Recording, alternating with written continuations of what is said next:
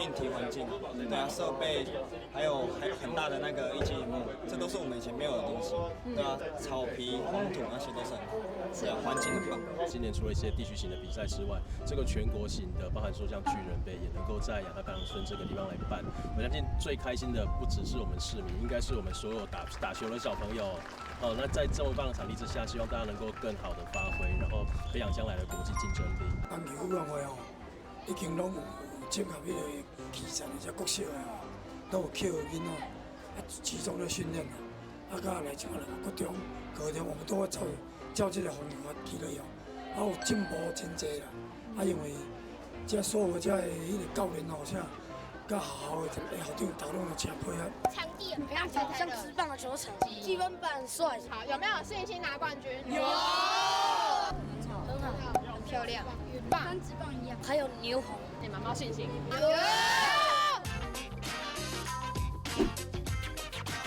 掌握市政3分钟，台南进步向前冲。欢迎收看《市政3分钟》，我是林依婷。统一狮刚夺下中职季冠军，许多棒球迷为之振奋与疯狂。而2020台南市巨人杯全国少棒锦标赛将紧接开打，今年共集结13个县市40支队伍，将1连5天于亚太主妇球场及安庆国小棒球场等5处开打。欢迎全国的棒球迷来台南看比赛哦！少棒主妇球场是符合国际少棒标准的球场，而紧邻在旁的第2期城棒球场也已动工，预计2023年会完工。将来巨人杯3级棒球将可齐聚一堂比赛，也让球员能在那么优质的场地尽情发挥。现在就让我们来听听教育局长怎么说吧。大家好，我是台南市教育局局长郑兴威，非常高兴到了今年的这个巨人杯少棒赛呢，一直连续5天来到到31，有全台湾呢。那么来自13个县市呢，有40队。那么这样的一个阵容呢，其实是在台湾里面的少棒比赛，那么相当有规模的一场比赛。我们已经连续的办了11届，那么每一次的这个比赛都非常的激烈的竞争。今天呢，也算是第一次呢，就利用我们已经完工的亚太棒球场。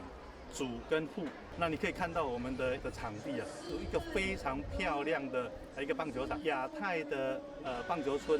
那个第2期呢，也正在这个施工，预计的到2023年呢会整个全部完工。整个完工之后呢，我们亚太棒球训练中心就有2个少棒，那么2个呢是成棒，那么就会连接成为一个全台湾可以说是最完整的一个棒球场地。我想这样来讲，就实现我们台南是棒球之都。希望我们全台湾热爱棒球的选手还有球迷呢，一起来台南享受最优质的棒球比赛。接下来请收看中嘉新闻。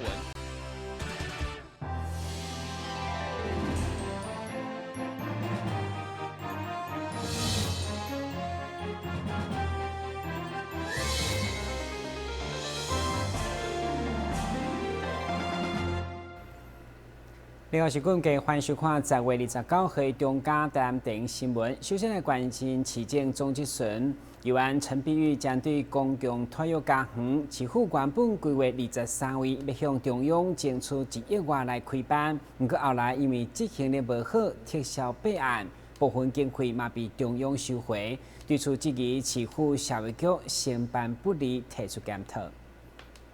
议员陈碧玉以公共体育家园的政策。市府对107年到109年原先提出申请的总共有23处，不过经过1、2期的执行，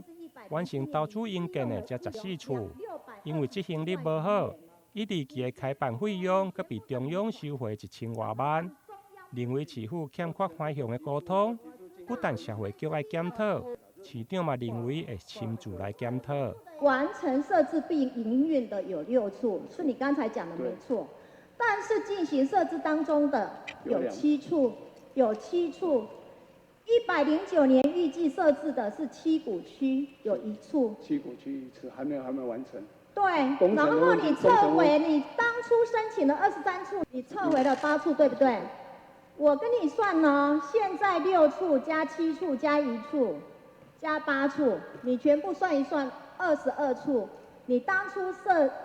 申请23处，为什么少了1处？因为有些撤案的。在之前他们在做前瞻计划的时候，就是把所有的场地都全部都提出，然后提出经费申请。你们是利用。那后来就是因为要补强，还有做出品详品，后来补强，所以在经费上没办法处理的时候，而且在时程上没有办法完成，就变成卫福部要我们去缴回这个经费。闲置空间的盘点应该跟财政局联系，要找哪些闲置空间，应该跟公务局联系，去找那个闲置空间可不可以用。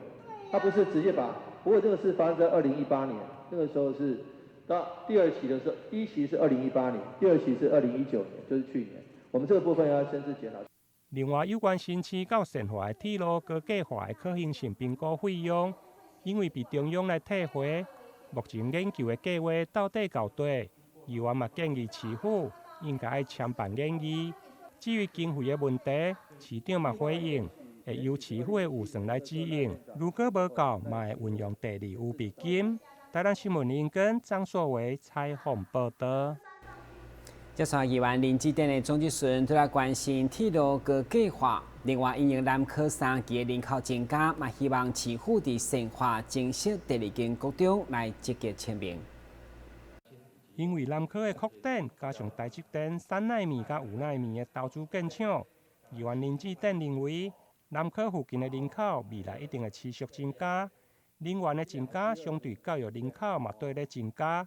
议员以最近上新的资料统计，伫个1年级到9年级的学生，平均一档就要增加6个班级。目前国小的部分因为有新起的学校，毋过国中的部分，议员嘛希望伫个善化来增设第2间的国中。咱若正常哦，遐人若拢倒来读善化国中，事实。嘛无够行吼，那以前的小朋友的数字统计起来啦，吼，嘛无够啊。到未来，哦，要得入来人口，哦，咱嘛爱吼，入来评估啊。在原来的地方增设南科始终的第2分部，包括善化高中在增加，那结果跟南科管理局协调非常不顺利，哦，他们就坚持那个。南科园区内、园区外的比例是8:2，而且是全国都一致8:2，他们不肯放松。我们跟他们讲说，土地是我们的，上次你在全国其他的实验中学，土地都是你们的，现在这个土地是我们，你可不可以增加比例？他就死不放，然后造成这个协商一直没有办法过。这个后来我想说，如果中央肯支持的话，设下的经费的话，那我们就去。那郭国文委员在这边帮忙很大，所以。大概是得到一个比较相对圆满的结果。除了人口的增加、教育问题以外，另外伫个交通，议员嘛希望市府要赶紧因应，袂用的只靠目前正咧施工的北外环。如果市府会用伫周边来增设合宜住宅，吸引人口的进驻，用缩短距离，嘛用减少道路的使用人口。台南新闻林根张硕维采访报道。面对少子化问题，以台南为例，一档新生儿只有11000多人，所以每一位新生儿拢是宝贝，需要提升较好加医疗资源。不过，根据统计，目前南部却无一间儿童病院，所以议员刘维英要求市府应该打造国家级的儿童病院。议员吕维英以民国108年台湾18岁以下儿童少年的5大死因的统计。分别是早产性的特定病况、事故伤害、先天畸形、加染色体异常、癌症等。其中早产期病况加染色体异常，拢是甲新生儿的存活有关系。莫讲分家南以南，无一间专属的儿童病院，就连台南37区，嘛有18区无儿科的诊所。因此，希望催生南部儿童病院的设立。对此，市长回应。会甲大病院来接触。咱看到全台湾目前是4间，这个新竹的马街儿童病院，伊当要动工，到2022年的时阵，才会来做完工。但是根据卫福部来统计，全国有高达22万的病童，因为癌症，也是伊的心脏病，也是罕见的疾病等等的因素，爱来看县市，来求医啦。但是咱头仔所看到的市长，咱头我讲的这4间也是刷落要搁起的这间4+1间其实这个离咱上近的吼，上无爱走到中华吼，上无爱走到中华，所以会当讲，不管是这个嘉义、云林吼，这个台南、高雄，甚至是屏东，其实因拢无儿童病院。咱希望讲跟大型医院来合作，哦，有没有可能来设立全科的儿童医院？那在台南就是2个大型医院嘛，一个是成大系统，一个是奇美系统，我们都在积极接洽中。除了催生南部儿童病院的设立，关心儿童的身心健康以外，另外议员嘛为儿童教育的老师健康来请命，希望市府会用编列2档1间的教师健康检查的经费，保障全体师生的健康安全。台南新闻林根张硕维采访报道。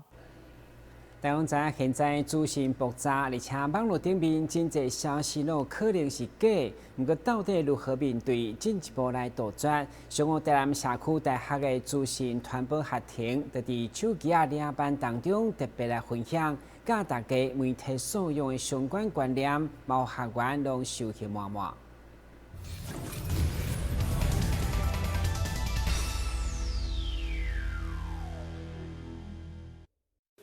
虽然这群50、60岁有丰富社会经历、已经退休的学员，不过许多手机操作都还算是初学，容易误触广告、转传消息的族群。所以台南社区大学资讯传播学程特别选定手机摄影班来进行媒体识读的课作分享，让大家认识假新闻就是以耸动标题吸引目光，希望达成商业、政治和煽动情绪等目的。好比现在大家都重视养生，所以就借着假养生的新闻来吸引点阅，结果是无形中看了一大堆广告，甚至遭网络诈骗窃取个资。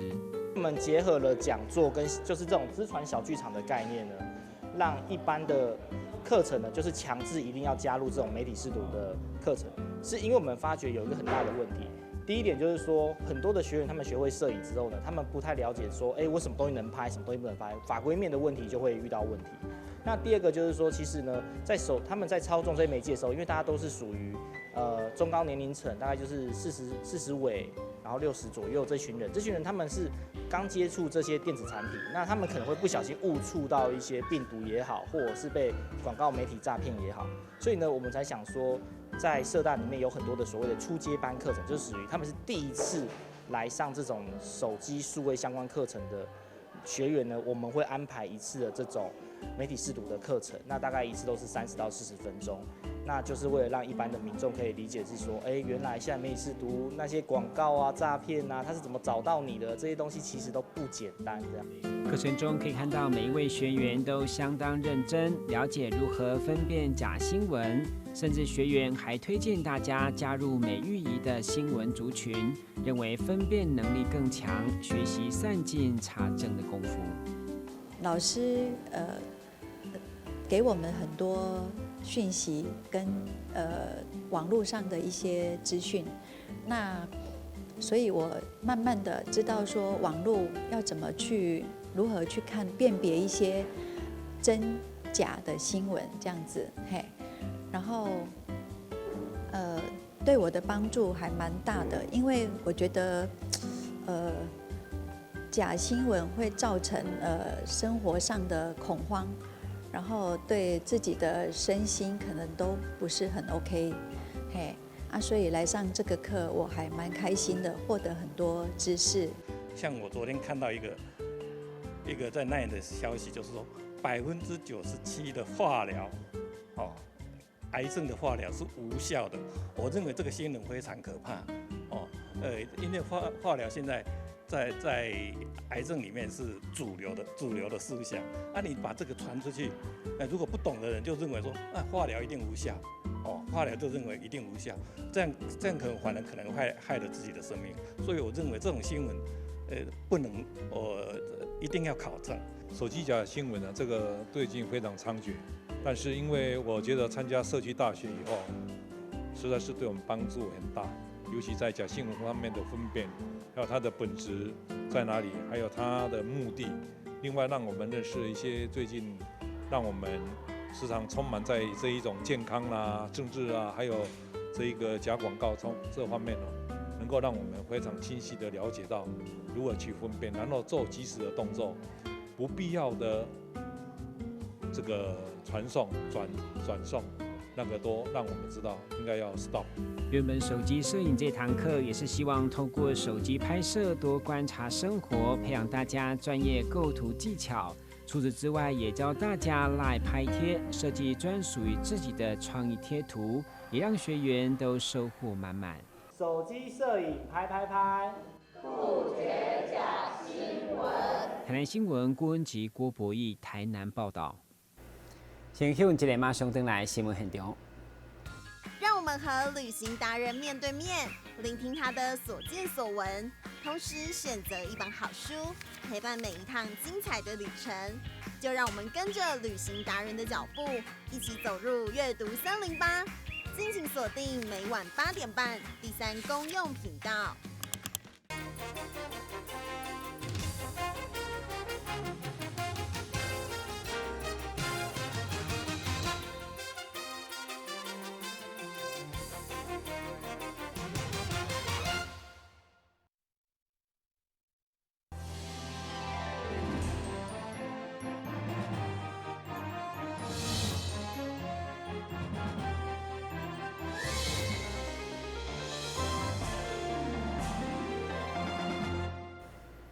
吉比博物馆在2016年时阵就推出后拽特展，得到真好的回响，所以今年再次推出第2批的展览。而除了后拽以外，嘛加入了连大甲翻转等纸等的技艺，而总共有4大单元，200件作品，相当精彩。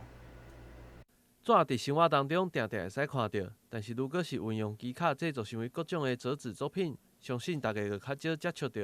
吉比博物馆因为2016年的纸上奇迹特展得到真好的回响，所以这届也再次来举办《纸上奇迹2无所不谈》的特展。这届所展示的作品所运用的折纸机卡更加丰富，呈现纸的静态到动态、平面到立体。这届的展览当中，邀请了国内外8位的艺术家，总共200件的作品，分做4大单元，同时也展现了艺术家的手稿甲影片，希望透过这个元素，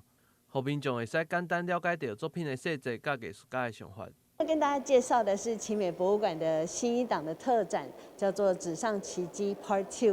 那我们在2016年的时候曾经有过一次的折纸展，那一次呢造成非常大的轰动，也有很多的亲子家庭来，或是年轻的文青朋友们来，都觉得说收获很多。不知道说哦，原来纸可以呈现这么多的面向。那上次呢，折纸是把纸折起来，然后没有粘贴件。这次呢，我们是把纸翻开来，让它弹出来。那中间也会采取了一些不同的技巧的方式。那展区大概有8位艺术家，8组的艺术家，然后200多件的作品。那也会有一些 DIY 的课程，或是说有一些手作的课程，都欢迎大家来，特别是亲子观众或是对科学有兴趣的朋友都非常欢迎。这届展览当中，除了邀请世界各国的艺术家共同参与以外，台湾知名的洪新富老师也带来伊的作品。民众对老师上有印象的作品，应该就是每一年元宵节的12岁上的花灯。老师为了让民众会使了解到伊创作的过程，这届也特别将伊的工作室搬到展览当中，伊也无定期伫现场创作甲示范教学。那其中一般群众比较容易接触到我的是我的纸雕灯笼。那纸雕灯这次呢，我带每一件灯笼12生肖里面每一个都有一些不同的创意跟动感。那另外呢，还有包括一些立体书的研究，跟最重要的是这次我把工作室带过来了。那希望说让群众看到的展览不会只有一个结果，而是过程，让群众可以参与，用作者视角。那另外呢，在我们隔壁的展示空间里面呢，我们做的是从一张纸正方形开始，可以变出多少种变化。那我们取名为方圆之间。那其实很多朋友会觉得纸艺好像很难，其实不难。你只要拿起一张纸，经过简单的割与折，可以创作出很多很多可能。那这次展出除了我的作品之外，还有很多很多很棒的艺术家的作品。那呈现不同的方向跟各种可能的大家想象不到的角度呈现。那也很期待各位可以来这边深挖。虽然是折纸艺术，但是其中也包括科学、数学等相关的知识。除了各种的作品展示以外，基美博物馆也规划了相关的课程甲工作坊，甚至为长辈推出学习的课程。基美博物馆表示，希望透过特展的推出，互民众会使拍破惯性的思维，提供完全无同的观点，对展览当中找到趣味。台湾新闻郭博义采访报道。为了推动客家艺术文化，淡市客家数位委员会邀请有天马王子之称的王海峰，甲数位拢真专长的罗慧老师，两个人将联合展出用下动态甲静态数位展，邀请民众在1月1号开始，拥有前往客家文化会馆来欣赏。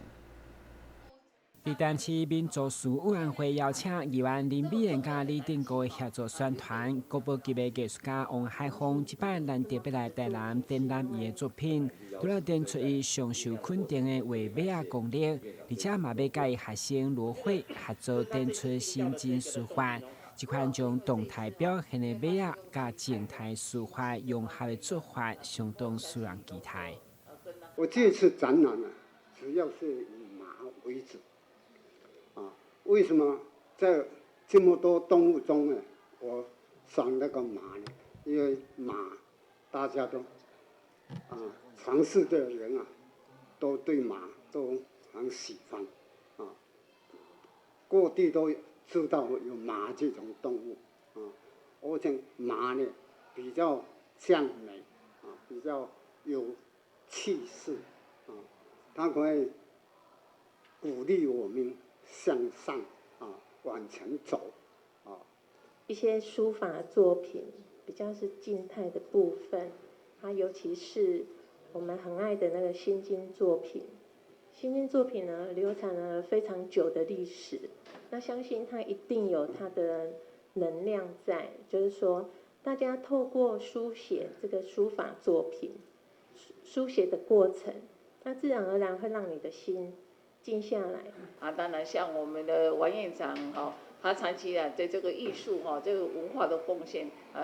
透过他的作品透过他们把我们这些文化能够展现出来你能够感受到他的就是他的动力所在。你如果受到感动，我想那天再一次的欢迎我们台南市民生好朋友能够来到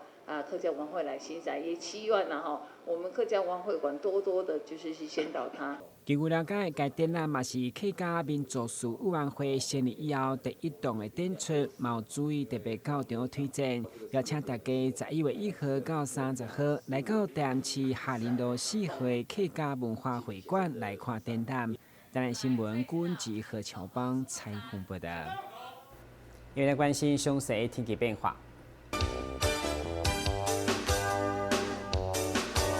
但是好天有时侪云天气，温度27度到28度，落雨几有2成。海面平均风力4级到5级，上大阵风7级。感谢收看10月29号中嘉台电视新闻，咱再会。